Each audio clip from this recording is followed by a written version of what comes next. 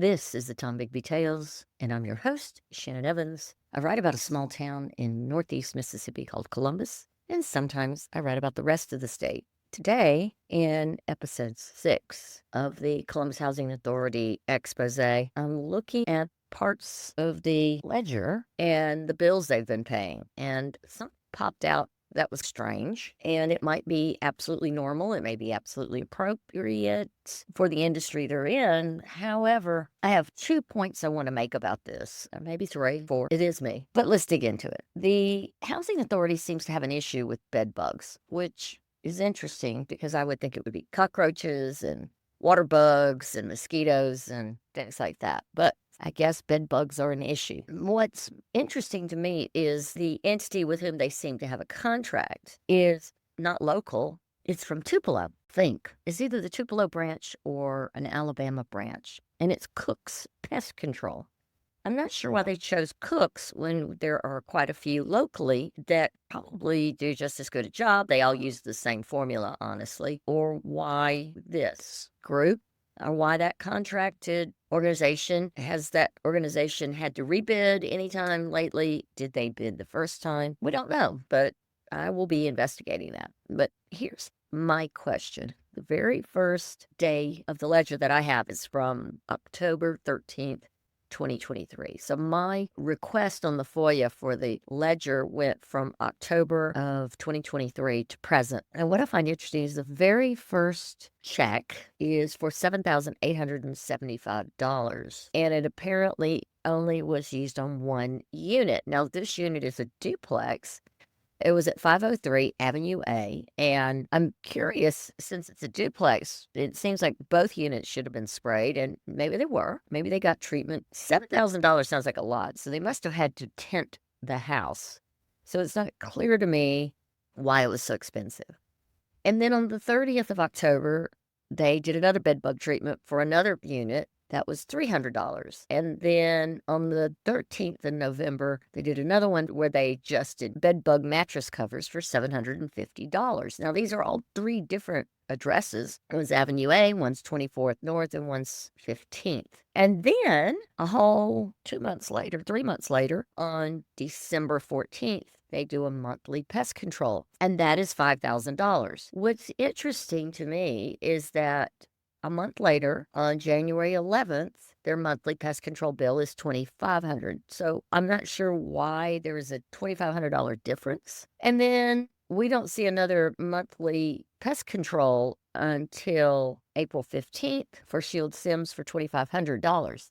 And it seems to be $2,500 is mostly what is spent per month, because the monthly pest control on May 15th is $2,500, and it's indicated as nowhere in particular. And then it's June 14th, and then July 15th. And of course, none of these say which units were sprayed, but that one became $2,850. Though it's not clear why. And then on August 15th, they sprayed Martin Luther King and T.B. James for $2,800, and then September was $3,350, but it doesn't tell you what building. And then in October, it's back at Shield Sims for $2,500, and then December, and then the next January again. But since January 15th, there has been no monthly spraying. Now, why is that important? Well, it's just an inconsistency. For one, there's no consistent monthly spraying for pest control in their units, and that matters because the amount of bed bug issues that they seem to spray for, could that be mitigated with a routine spraying of the homes? Or are these all bed bug treatments? Let me start back with the bed bugs. On October 13th, 2023, that was the Avenue A house for $7,800. On October 30th, it was the 24th Street North for $300. On November 13th, they bought mattress covers for a house on 15th for $750. That's a very expensive mattress covers. I've never seen a mattress cover cost that much. And remember, most of these are either 1 or 2 bedroom facilities. On January 30th of 2024, another house on Avenue A is treated. However, the house number they give doesn't exist. There's no house 615 on that street. And then on February 15th, Avenue B, and March 14th, the one on Avenue B was $2,800. Then the one on 9th Avenue South was $1,200. And then on March 28th on 9th Avenue South, it was $35.99. What's interesting is that every other week, Cook's is having to spray somewhere in between their monthly treatments. So I'm wondering, why are they not more consistent in spraying the buildings, or is this something else? These bills go on more. So on the 15th of April was the monthly spraying. On the 30th of April, a private home was sprayed, and that home may fall under some HUD qualification. It's not clear to me, but it's definitely not a home that's owned by HUD. It's actually owned by two individuals. I looked up the house in the county's tax rolls. Then on May 30th, more bed bugs on Clover Street, but the house number they give doesn't exist, so maybe they misnumbered it. Then on June 14th, there was a $2,500 monthly pest control spray, but we don't know where. And then on the 28th of June, they did a bed bug treatment for a house on 15th Avenue South for $300. Then on July 15th, they did the monthly spraying for $28.50. And then on the 29th, they did a bed bug treatment, this time on 7th Street South. But the house number they give, again, doesn't line up with any of the houses. And then on August 15th, was the $2,800 at Martin Luther King.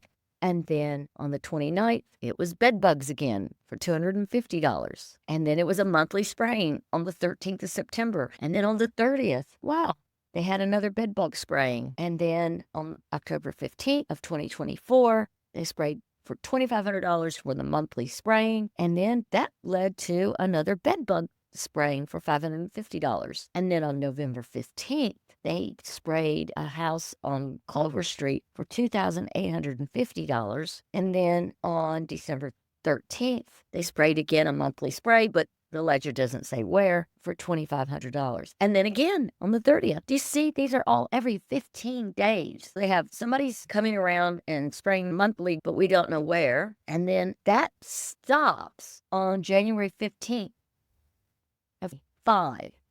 And we've not had anything else sprayed monthly since then. And it's just been exorbitant bills for, no, it doesn't say, it just says pest control. It doesn't say if it's for bed bugs or if it's for monthly spraying. So it'll say pest control, 24th Street South, $250. Pest control, no idea where, $2,800. Pest control, 8th Avenue for $3,000. One is one-time service for $350. One-time service for what? The next one is pest control for 6 units for $2,629.25. And then on April 30th, pest control one time for 7th, don't know if it's north or south, and $300. This has to be the sloppiest bookkeeping in the world and the most inconsistent spraying for monthly care of the facilities for pest control. And it has got to be the most frequent treatment of bed bugs I have ever seen anywhere. If Columbus has this big of a bed bug problem, then Columbus Housing Authority needs to quit spending so much on their credit card and spend more on their tenants and the care of those buildings and the education of how bed bugs get spread about. And perhaps they should come up with a whole new plan that these homes need to be better cared for, and all of them should be treated for bed bugs, perhaps. I don't know exactly what's going on over here, and I'm not saying anything wrong is going on over here, but there's a couple of things that stand out to me. One, I understand they probably cut bills the 1st and the 15th, but it seems interesting that each month there's only one problem with bed bugs, and then in between is just the monthly pest control. It